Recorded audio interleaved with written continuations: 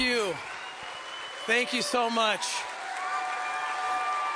Thank you. Thank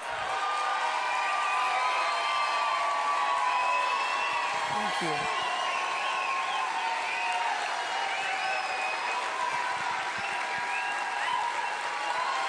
Thank you.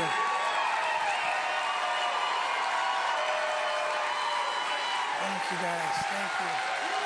Thank you. Thank you. Thank you. Wow.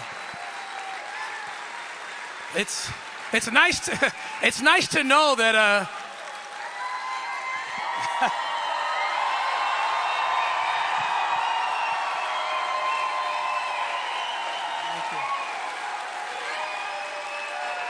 Thank you, guys.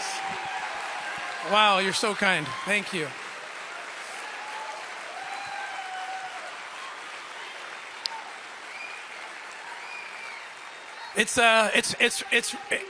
Thank you. It's so nice to know that some people like me because for the work we've done rescuing children, we've been villainized by the left. I guess it's somehow evil to rescue children. I can't figure this out. So it feels so good to be with folks who get it and support us. So thank you.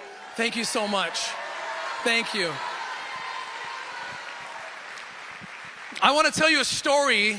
In 2019, I was invited. I was on the Lori Ingram show talking about the border. I spent 10 years as a special agent, undercover operator on the southern border, and a total of 12 years working in that capacity as a special agent for the U.S. government, Homeland Security.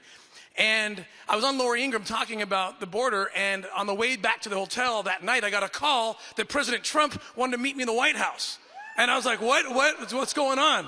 I had no idea it was a big conference. The media was going to be there, and I didn't get any warning. I just showed up unshaven, and I thought it was a personal meeting, but no, everyone was there.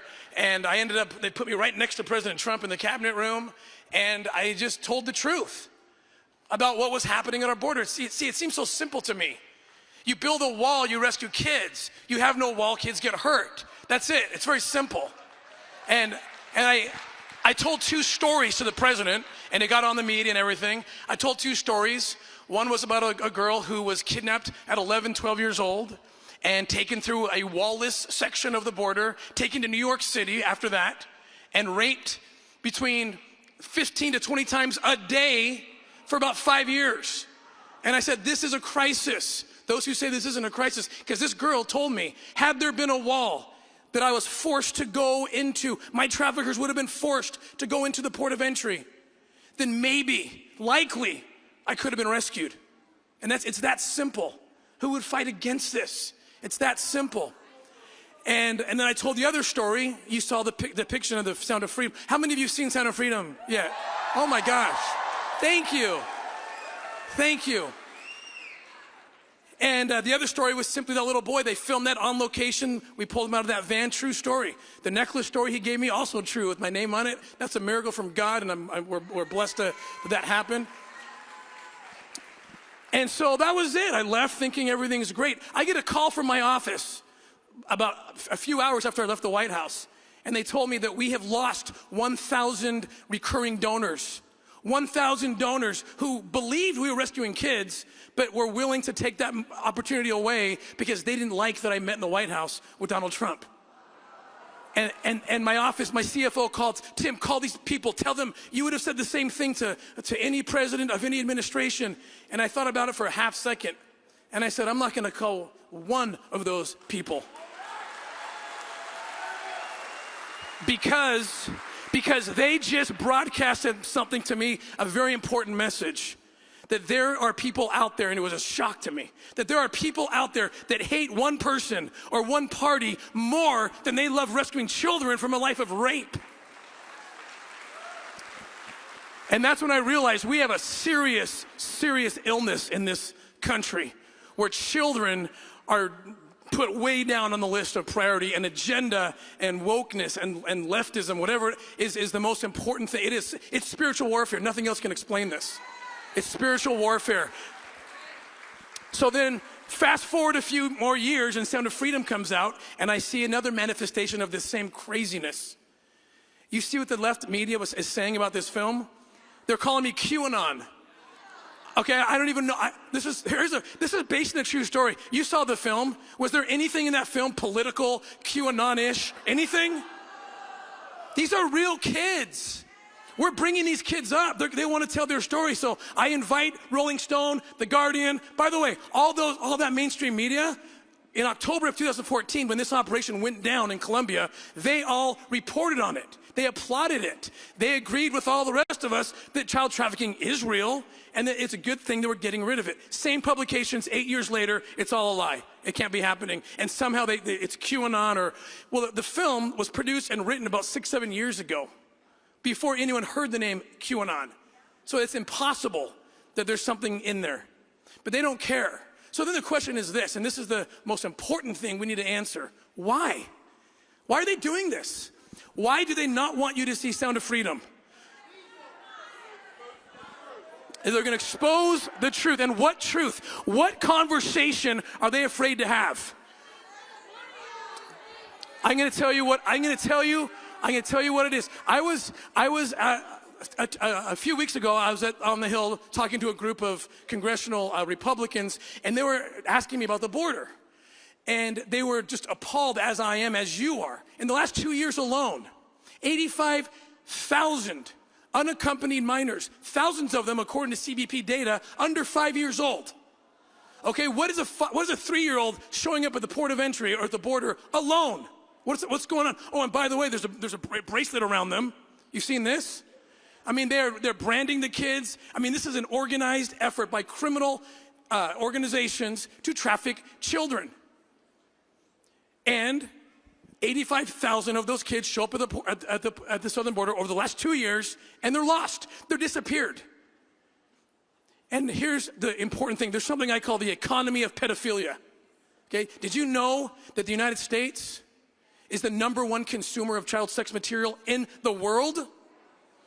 Okay, so we are the demand. If 85,000 children show up at our border and are released into that economy of pedophilia, what do you think's going on? And worse yet, you know what happens? I've been down there. The traffickers give the kids a little piece of paper with a name on it of the sponsor. And Health and Human Services gets those kids, by policy, all they can do is call the number, and George Smith or whoever picks up the phone. Oh yeah, Jose Gonzalez, yeah, I'm the sponsor. Okay, they used to have to come pick the kid up. It's harder, by the way. It's harder to adopt a cat from a shelter than it is to come pick up a kid at the border. Do you know that? And now George Smith doesn't have to pick the kid up anymore.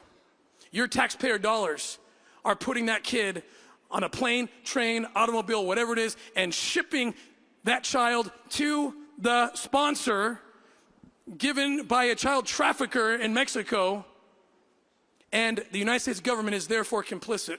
And the United States government is fulfilling and completing the final leg of a child trafficking experience. That's our country right now.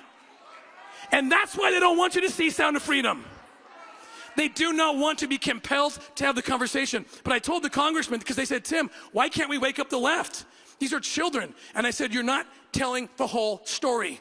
Spiritual warfare, it's all encompassing. It's not just about the 85,000 kids. You know what else is about? It's about sexualizing our kids. They don't want to be confronted with that truth, that they are wanting to give our children pornography at 3rd grade and call it sex education. Sexualize their brains. They don't want you to know about the fact that the pedophile networks, which I've been hunting for 2 decades, they are salivating right now at all the leftist policies because it's all the things that they have wanted to have accomplished for the last 2 decades. And they're doing it for them. Sexualize kids. They want the kids sexualized because they need those kids to want to have sex. At 12, 13, 14 years old, another big point for the pedophiles is kids should consent to vote. Kids can consent to everything. Why? Because they want sexualized kids to now have the legal authority to consent to do anything. And why are they loving this trans foist on children? Because it's all about consent. We're being told by the leftists that children can and should have the ability to consent and demand that their bodies be mutilated, that their genitalia be extracted. I mean, I have 9 children, okay? You can't tell, I won't let thank you.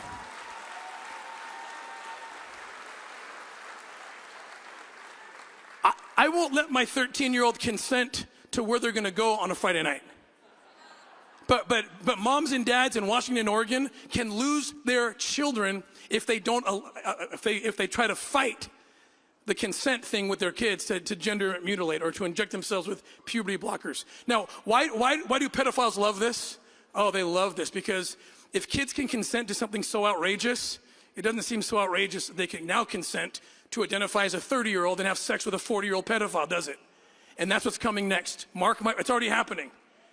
Every piece of this agenda in spiritual warfare is the pedophile agenda that's being pushed by these leftists, and this is the conversation they don't want to have. This is why they're lying about Sound of Freedom, and we're going to force this conversation down their throats, and we're going to wake up this country.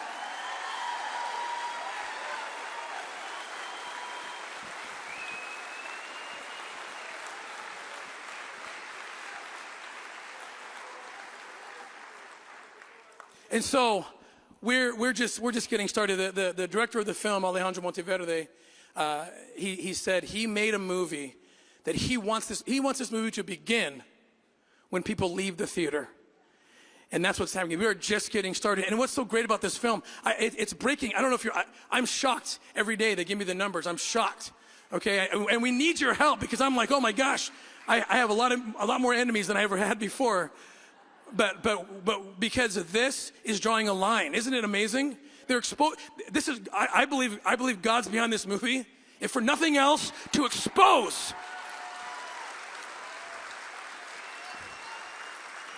If you are against rescuing children and you can't help your poisonous pen and you're writing crap and you're going in and you're posting about how this is wrong and this is bad and this is a lie, oh wow, we know who you are now, so thank you.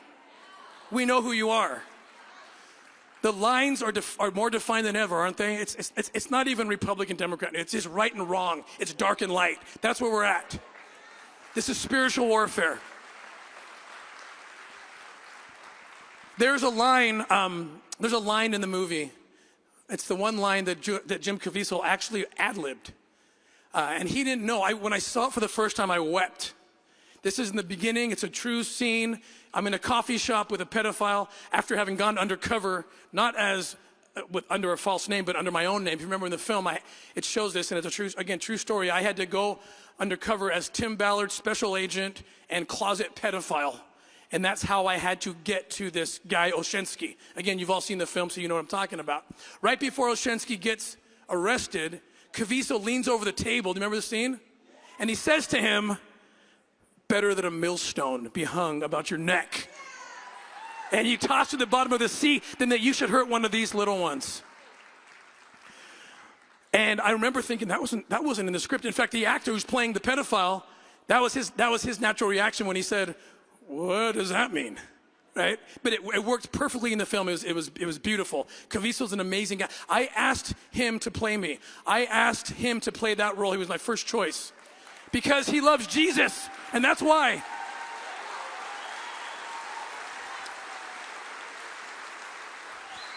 And what Jim didn't know, but I knew, is all the crazy crap you see us do and the dark places I've had to go into. I'm just as scared as anyone else, I promise you. Before and after, I'm scared as anyone else. But you know, in the moment when I'm in it, I'm not scared. And this is why, because I repeat that line from Matthew 18 in my head. Jim didn't know this. I repeat that. Why do I repeat that line, the millstone line? Because I think it may be the only time that Jesus gets violently righteous in his words. It's like mafioso righteous, right? This is cement shoe stuff. I mean, think about what he's saying. If you hurt one of these kids, I'm not going to put a millstone on your neck and throw you to the sea. No, that's not what he's saying. It's going to be worse than that, is what's going to happen to you if you do this thing. And why do I love that line? Because when I'm going into a dark place, I know where God stands on it. He has made it clear, even using violent language. It's Jesus, so it's righteous violence. But even using violent language, I know he's at my side, and he's at our side. And here's the good news. He's on all of your side with that kind of passion, because all of you are going to protect God's children because they are no longer for sale. Thank you so much. God bless you guys, and God bless America. Thank you.